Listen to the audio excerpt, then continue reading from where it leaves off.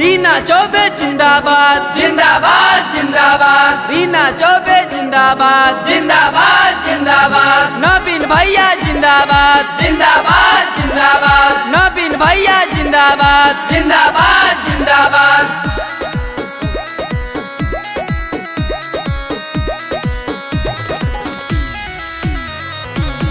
सुना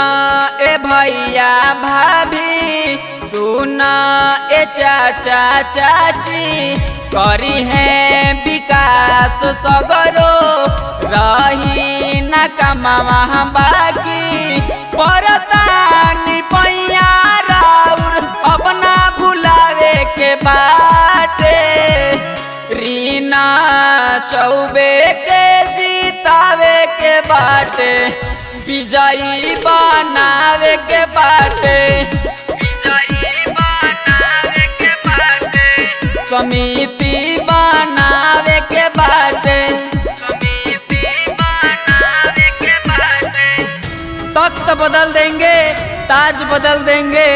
वक्त के साथ साथ इतिहास बदल देंगे। मौका मिला जो प्रत्याशी बनने का, तो पंचायत के विकास का रफ्तार बदल देंगे, रफ्तार बदल देंगे।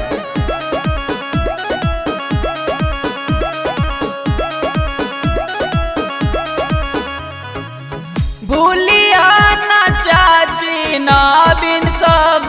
के तो बेटा हुए, गरीब लोग के बेटा ई तो सब कर चहेता हुए, भूलिया ना चाची नवीन सब के तो बेटा हुए,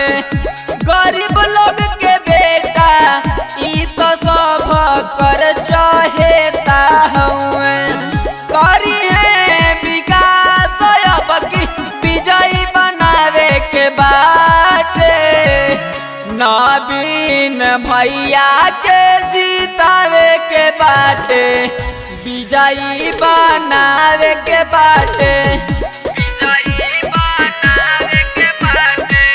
समिति बनावे के बाटे, सम्मान किया है सम्मान करेंगे, सम्मान किया है सम्मान करेंगे, वादा नहीं विकास करेंगे, वादा नहीं विकास करेंगे।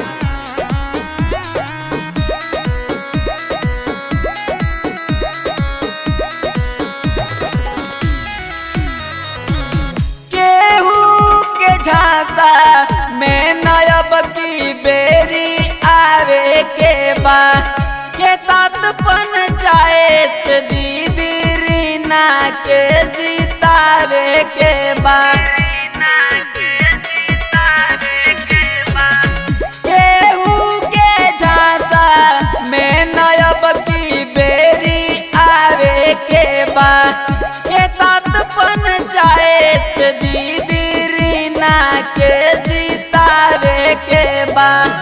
जीते के अब की बेरी इनके तहाला बाटे, नवीन भैया के जीतावे के बाटे, विजयी बनावे के बाटे,